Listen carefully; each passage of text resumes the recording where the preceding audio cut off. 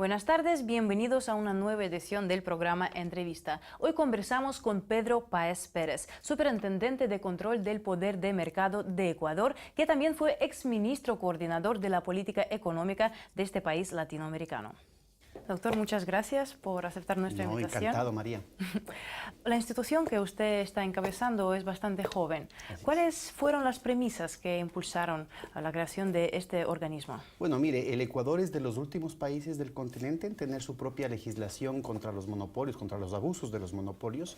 Y esto se logra luego de varios intentos, luego de décadas de intentar tener una legislación propia. Finalmente, en octubre del 2011, aparece la Ley Orgánica de Regulación del Poder de Mercado.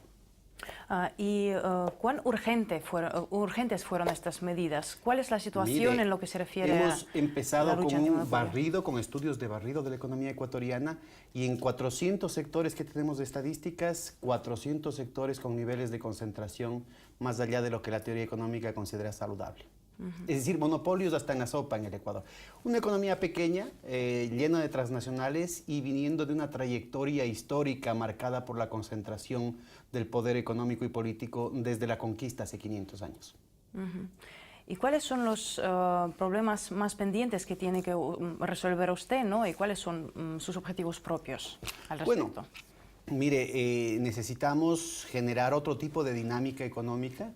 Nosotros no compartimos mucho el enfoque tradicional, el enfoque predominante en las agencias de regulación de este tipo a nivel internacional, porque no creemos que quepa, como en la tradición neoclásica, contraponer la utopía de competencia perfecta a la testarudez de la existencia de monopolios, más aún cuando eso es lo poco que tenemos de aparato productivo en el país. Así que más bien tenemos una propuesta más schumpeteriana, ¿no? Es decir, ver hacia dónde marcha el curso de la tecnología, del avance científico mundial y detectar con las instituciones públicas y privadas y con la academia, dónde están los obstáculos en la sociedad ecuatoriana para poder acceder a ese tipo de dinámicas. Y eso yo creo que va a definir un replanteo de las condiciones en las que se hace economía en el país, de las condiciones en las que se hace negocio en el país. Y yo creo que estamos continuando la propuesta que asume el presidente de la República cuando gana el segundo mandato. Él dice al recibir los resultados de las elecciones, dice, tenemos que transformar este Estado burgués en un Estado que realmente sirva a los intereses del pueblo. Y yo me atrevería a complementar diciendo que no solamente toca transformar al Estado, sino también al mercado. Durante años se ha dicho que la disputa es entre Estado y mercado. Yo creo que Estado y mercado han estado sirviendo a los mismos amos. Y ahora lo que necesitamos es transformar a ambos, hacer que sirvan el interés de la nación. ¿Y cómo va a ser esta transformación de mercado? Es un tema complicado. En la ley nuestra tenemos una serie de lagunas y de dificultades, a diferencia, por ejemplo, de la legislación norteamericana en la que se inspira. Ellos tenían desde la ley Sherman de 1890 atribuciones para dividir empresas que eran demasiado grandes, ¿no?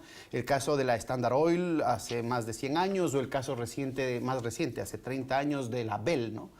En el caso ecuatoriano solamente podemos actuar sobre los comportamientos perniciosos y eso nos limita en una gran medida la capacidad efectiva de transformar en lo inmediato la economía ecuatoriana.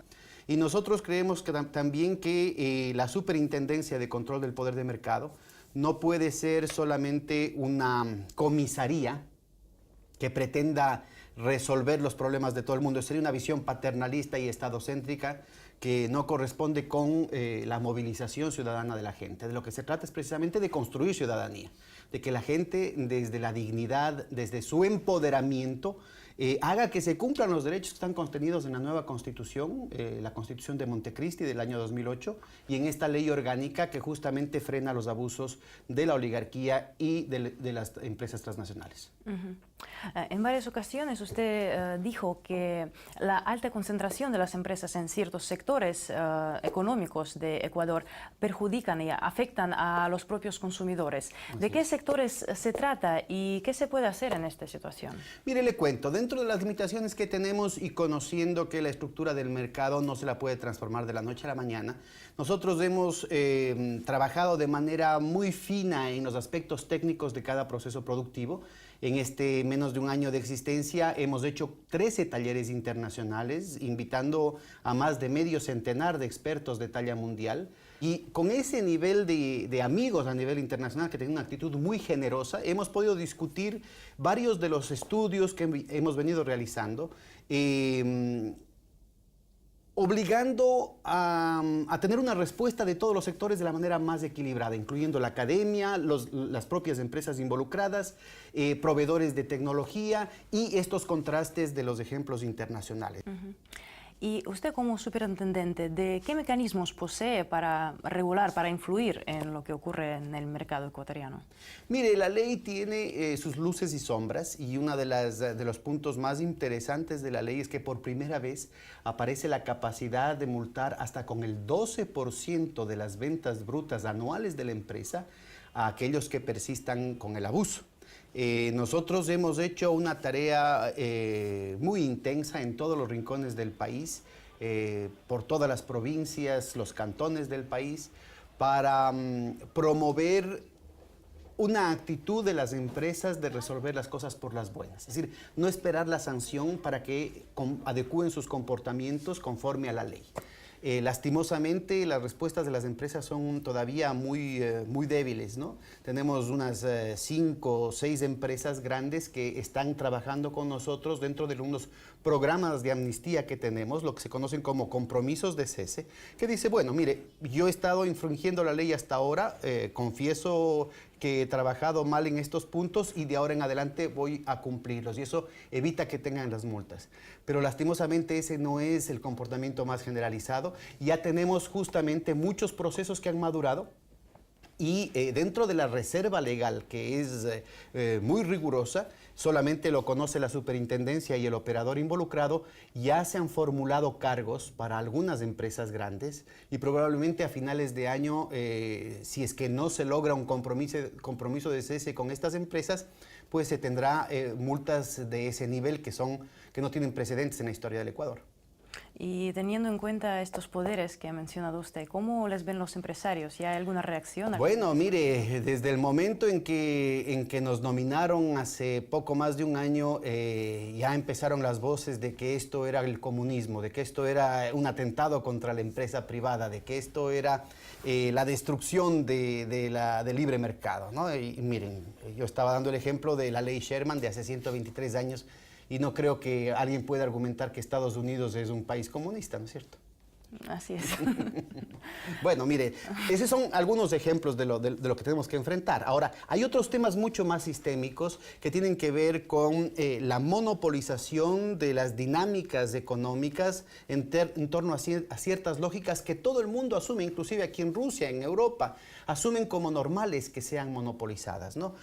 Nosotros habíamos trabajado antes, como le mencionaba, en el tema de la nueva arquitectura financiera, tanto en el capítulo doméstico, en el tiempo que estuve de ministro de Política Económica, 2007-2008, como la nueva arquitectura financiera regional, el Banco del Sur, el Sucre y el Fondo del Sur, es decir, la nueva banca de desarrollo, la moneda común, no única como en el caso del euro, sino unitaria, y el Fondo del Sur como una alternativa al Fondo Monetario Internacional, una alternativa regional que justamente rompa con esos monopolios que dominan el campo del crédito y de la transaccionalidad, favoreciendo un mundo unipolar. Es decir, los monopolios no solo nosotros los tenemos en la sopa, también los países del norte, también países como Rusia, se ven obligados, por ejemplo, a someterse al monopolio de las transacciones y de la liquidez mundial basado en la red financiera anglosajona y en el monopolio que tiene el dólar, ¿no? Es decir, si Rusia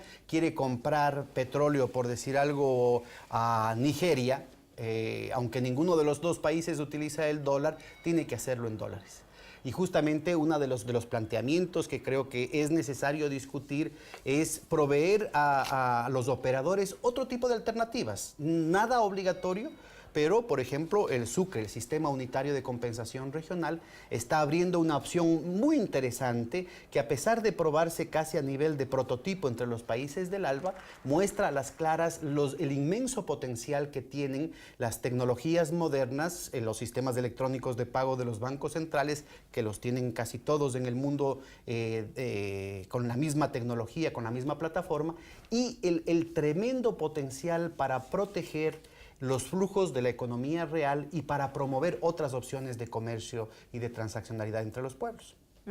Me gustaría volver más en adelante al tema de integración latinoamericana, que es muy interesante, pero hablando del caso de Ecuador, sabemos que en el año 2000 Ecuador perdió su propia moneda nacional en resultado de una dura crisis financiera. Desde aquel entonces ya pasaron más de 13 años. ¿Cómo hoy en día la dolarización condiciona el desarrollo del mercado en este país? Mire, en el caso del Ecuador, esta automutilación de un espacio muy importante de la soberanía nacional ha podido sostenerse porque ha coincidido con una década con unos precios del petróleo muy altos. Además de los problemas comunes a toda economía pequeña y dependiente, tiene que tomarse en cuenta que la dolarización genera una restricción adicional, porque cada dólar que sale para pagar importaciones o cualquier otro pago de la balanza de cuenta corriente, significa que es un dólar que desaparece físicamente de la circulación interna. Los problemas de liquidez que eso generan podrían llevar al país a una situación de mucha fragilidad. Felizmente, y especialmente desde el 2007, hemos desarrollado una serie de medidas de política económica y de transformación institucional muy creativas, y hemos de alguna manera comprado mucho más tiempo, en el sentido de que allí donde nos faltaba una política monetaria, nos inventamos una política de liquidez interna. Allí donde nos faltaba una política de tipo de cambio nominal, nos inventamos una política de tipo de cambio real. Allí donde los acuerdos hasta insensatos adquiridos a nivel internacional, como el acceso tardío a la Organización Mundial de Comercio y todas las vinculaciones que eso tenían, nos ponían límites muy estrictos en la política comercial. Tuvimos que inventarnos una política de industrialización por sustitución de importaciones de nuevo tipo, tratando de generar mecanismos integrales de protección efectiva de ciertos sectores que estaban muy debilitados, fruto de estos 30 años previos del neoliberalismo. Entonces, todos estos elementos han configurado una serie de posibilidades nuevas en la economía ecuatoriana que se sintonizan muy bien con el nuevo horizonte que estamos queriendo construir, es decir, un horizonte en el que no sea solamente la lógica dominante y hasta monopólica del gran capital la que defina qué se produce y no se produce, sino que también haya en otras lógicas, la lógica de la pequeña y mediana producción, de las cooperativas, de las comunidades indígenas, del autoempleo, de una serie de formas organizativas y de unidades de producción tremendamente creativas que tiene la gente para sobrevivir, puedan también tener su espacio y puedan generar políticas de armonía y de empleo para todos, ¿no? Entonces, la sostenibilidad, la inclusión y la eficiencia de los mercados pueden ser replanteados en una perspectiva llena de sinergias, si es que uno logra romper estos monopolios que han estado presentes, digamos, desde la teoría económica y desde la organización institucional a nivel mundial. Lo que se está experimentando en el Ecuador muestra que sí se puede. Y ahora vamos a hacer una breve pausa y en unos instantes regresamos. Quédense con nosotros.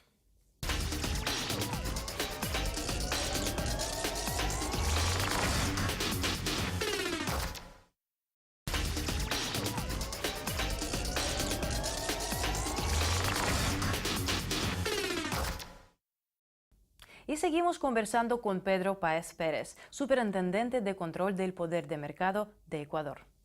Tras vivir varias décadas de neoliberalismo, ¿no?, en Ecuador se cambió bastante drásticamente el rumbo. Llegó el presidente Rafael Correa, que hizo hincapié el enfoque en las políticas sociales. ¿Cómo se correlaciona esto con la situación económica? ¿Cómo ha cambiado, ¿no?, tras aquel entonces? ¿Y qué le parece? ¿No hay cierta contradicción entre las metas que propone el gobierno actual de Ecuador y la política económica que se realiza? No hay una contradicción entre las metas y la política económica. Más bien lo que ha surgido es un imposible desde la perspectiva de lo que dicen los libros de texto. Usted lee cualquier libro de texto y no puede entender cómo ha sido posible en el Ecuador tener políticas fiscales y de crédito expansivas sin tener moneda nacional, sin tener un sistema interno de crédito. Justamente la transformación de la política económica ha permitido hacer esto, por ejemplo, a través de una recuperación de la soberanía nacional, aunque sea parcial, en el campo de los recursos naturales. Lo que antes se llevaban en una proporción de 20% para el Estado y 80% para las transnacionales, fue trastocado en el año 2006, inclusive antes de este gobierno, en 80% para el Estado y 20% para las transnacionales. Esto ha permitido que los recursos que han entrado al país por la mejora de los términos de intercambio internacional realmente redunden en el beneficio de la población. Ecuador, como muchos otros países, ha planteado cambiar su matriz productiva energética tratando de ser un estado de bienestar. ¿Cuán reales le parecen estos objetivos?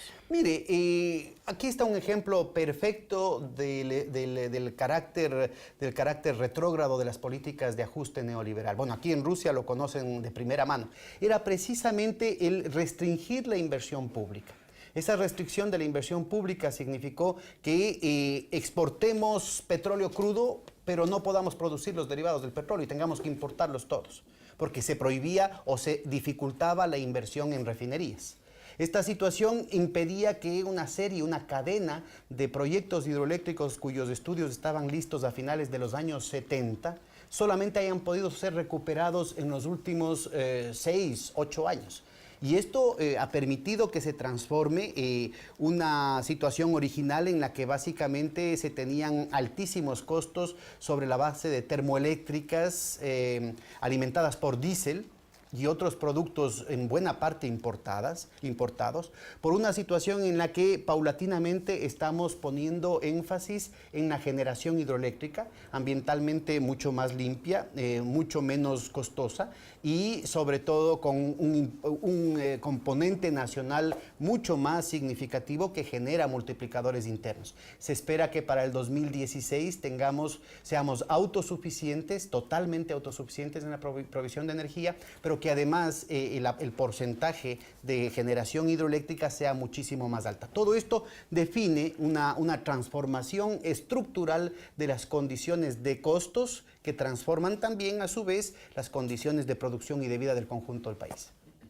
Me gustaría hacerle la siguiente pregunta sobre el proyecto Yasuní ITT. Sabemos que hace poco, de hecho en agosto, a mediados de agosto, el presidente Rafael Correa canceló este proyecto que suponía dejar intactas las reservas petrolíferas en el territorio del Parque Nacional por una compensación. ¿Qué cree? ¿Qué razones económicas podrían explicar esta decisión del mandatario? Mire, el presidente ha dicho que esta es la decisión más triste que le ha tocado tomar y el conjunto de la población ecuatoriana lamenta muchísimo esa opción. Yo creo que hay muchísimos factores detrás de esto.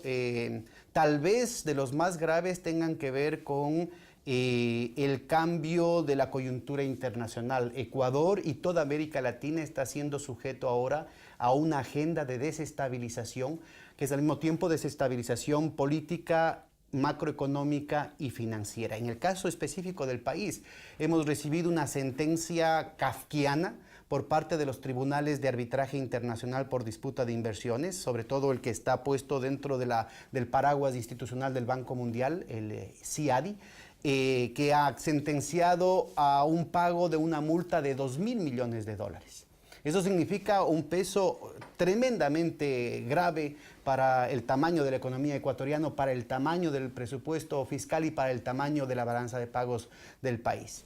Lo que estamos viendo acá es equivalente a un bloqueo económico. Y es probable que surja una nueva sentencia por parte de estos tribunales de disputa por disputas de inversiones a nivel internacional, que no tienen que dar cuentas a nadie, que no tienen que generar ningún tipo de argumentación lógica ni jurídica respecto a lo que deciden.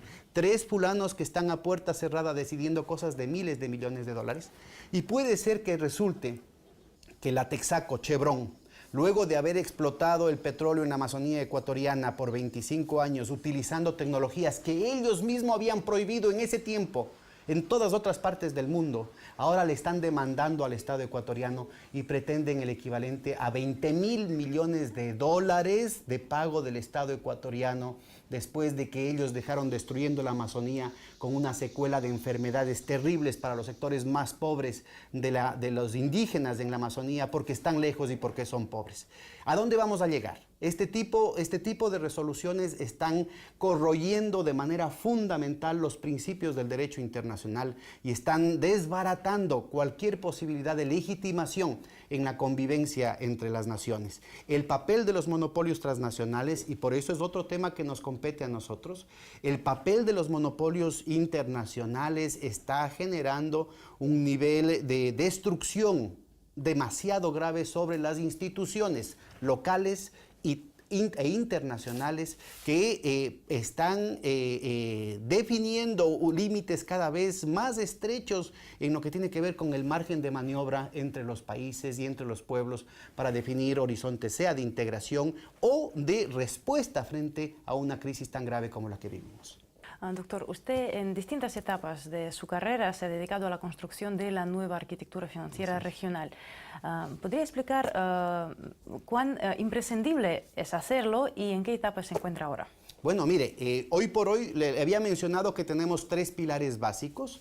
Tenemos la propuesta de una banca de desarrollo de nuevo tipo, que es al mismo tiempo un nuevo tipo de banca para el desarrollo y una banca para un nuevo tipo de desarrollo. Es decir, se trata de transformar los mecanismos de funcionamiento del crédito para fortalecer condiciones soberanas de decisión interna respecto al aparato productivo y respecto al futuro de nuestros países. Y en ese sentido, ya en el último mes empezó a funcionar el Banco del Sur, que agrupa por lo pronto a Ecuador, Venezuela, Bolivia, Uruguay, Argentina, y está por verse la participación de Brasil y de Paraguay, aunque los proyectos definen un espacio de integración del conjunto de América Latina, como por ejemplo el proyecto continental de soberanía alimentaria, el proyecto continental de soberanía en la atención de la salud, el proyecto continental en energía, en la producción de conocimiento, en la articulación, por ejemplo, a través de una red de ferrocarriles en todo el continente,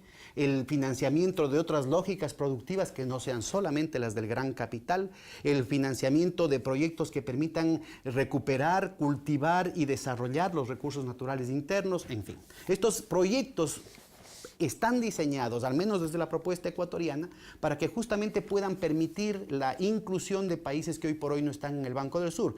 ¿Qué país, sea gobierno de izquierda o gobierno de derecha, va a querer mantenerse al margen, por ejemplo, de una red de ferrocarriles en todo el continente? O de una red de silos que permitan defender los precios y garantizar las reservas estratégicas de alimento que hoy por hoy tienen un nivel de desperdicio post cosecha cercano al 45%.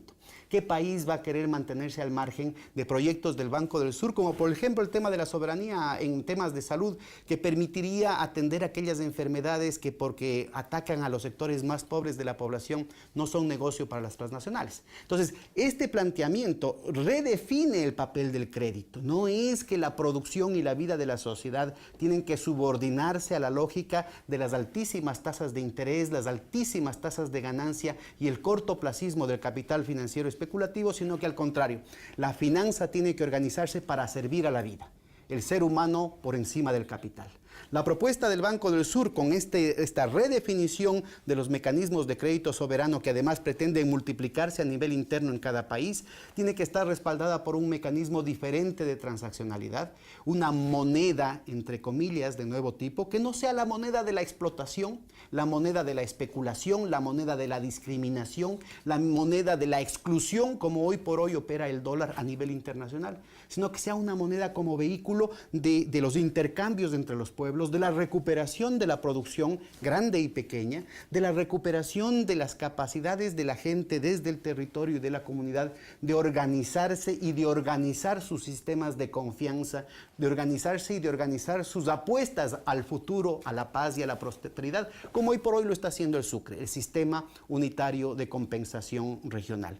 Y el tercer pilar que tenemos hace referencia al Fondo del Sur, que es toda una serie de mecanismos, no es solamente un fondo, toda una serie de mecanismos que construirán la red de seguridad financiera alternativa regional al Fondo Monetario Internacional, con iniciativas como por ejemplo el incluir a las reservas naturales bajo tierra, sin ser explotadas, como parte de las reservas internacionales, para dar viabilidad a proyectos que han sido temporalmente derrotados, como el que usted mencionó hace un momento, el tema del Yasuní. Si logramos que en lugar de extraer el oro, extraer el petróleo, extraer el cobre, extraer el estaño, extraer el litio, para venderlo a cambio de un papelito verde que se llama dólar, o tal vez de unos clics de la computadora, en lugar de hacer eso para sentarnos luego sobre esos millones de dólares por miedo a que haya un ataque especulativo, si logramos organizar las reservas tanto financieras como naturales de nuestros pueblos en un mecanismo que permita movilizar la liquidez, movilizar el comercio, movilizar la producción a nivel regional,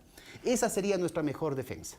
Y la implementación de Sucre ya ha dado sus resultados concretos. ¿Está vivo este sistema? Sí, está funcionando desde el 3 de febrero del 2010 y hoy por hoy cubre cerca del 40%, 35% de las transacciones al interior de los países del ALBA, ¿no? Aunque los países del ALBA no son mutuamente los socios comerciales mayores. Lo fundamental no es la cantidad de transacciones que ha hecho el Sucre, que es importante, sino el hecho de que se haya hecho la primera transacción, porque está rompiendo con el monopolio de la transaccionalidad y de la liquidez mundial que hoy por hoy tiene el dólar. Usted ha dicho en una ocasión que América Latina tiene las condiciones políticas y económicas para romper con la lógica totalitaria del capital. ¿Qué es lo que falta para ello? Mire, yo creo que hay que romper en primer lugar con una prisión ideológica que tenemos aquí dentro de nuestra cabeza. Estamos todavía capturados por las ideas del pasado, estamos capturados por 30 años de una hegemonía de las doctrinas neoliberales y estamos esperando que las ideas tengan el sello de aprobación del norte, propiamente del Fondo Monetario Internacional, del Banco Mundial y de todo el sistema académico soportado por estas instituciones. Tenemos que aprender a confiar en nuestras propias ideas, tenemos que desarrollar un debate técnico riguroso dedicado al análisis concreto de la situación concreta y no a modelos que se han demostrado que están en plena bancarrota, como son todos aquellos venidos de la economía neoclásica. Yo creo que es importantísimo el ubicar que América Latina tiene ahora inclusive la plata para hacer realidad lo que estamos diciendo. Solo los bancos centrales tienen 800.000 millones de dólares de activos líquidos de sus reservas internacionales y lastimosamente colocados precisamente allí donde el riesgo es mayor. Y cuando una empresa o una entidad estatal o un gobierno pretende conseguir un crédito a nivel internacional, le cargan primas de riesgo país que vuelve las tasas de interés prácticamente inviables.